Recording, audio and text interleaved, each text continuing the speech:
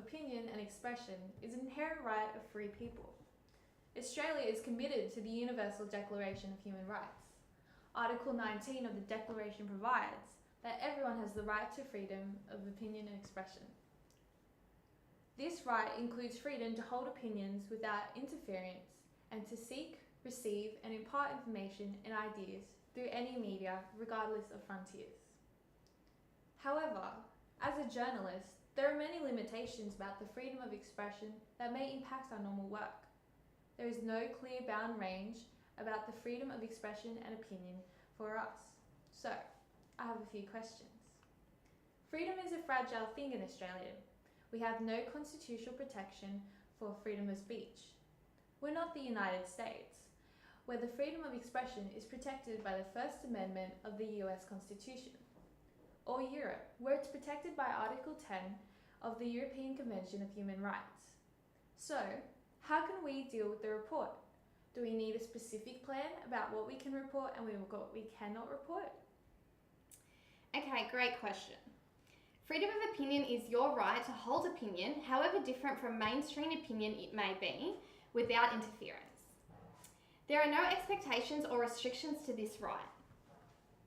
Freedom of expression relates to any medium, including written and oral communication, public protests, broadcasting, artistic works, and commercial advertising.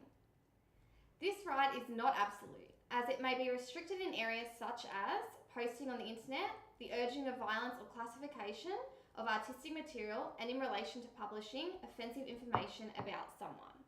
It's the right to the freedom of speech and expression, the right to hold opinions without conflict. How do you suggest that we create a neutral platform for journalistic discussion in Australia today, especially with the journalists trying to tackle the growing racial tension in Australia due to the ISIS terrorist threats? Okay, well, of course I believe everyone is entitled to his or her own opinion as we live in a democratic country.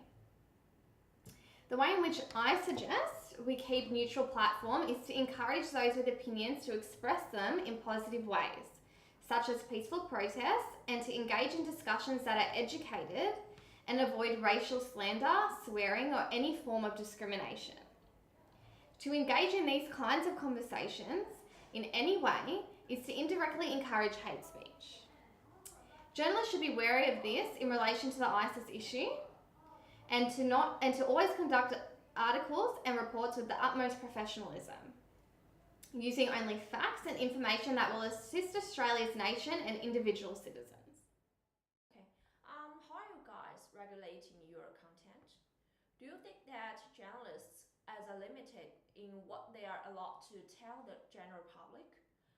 Because I'm a school teacher and have no affiliations with the journalism industry. Don't you think we should hear the plan without any kinds of dramatic twist to it? Of course, well, it's hard to take the biased opinion out of any item of work conducted by an individual, and as a school teacher, you would know this from your expertise in the education field. However, in order to regulate content, a set of guidelines are in place to ensure that there are no exaggerations or twists. We always adhere closely to these guidelines before publishing. So how can I exercise my rights to the freedom of expression as a member of public through journalism?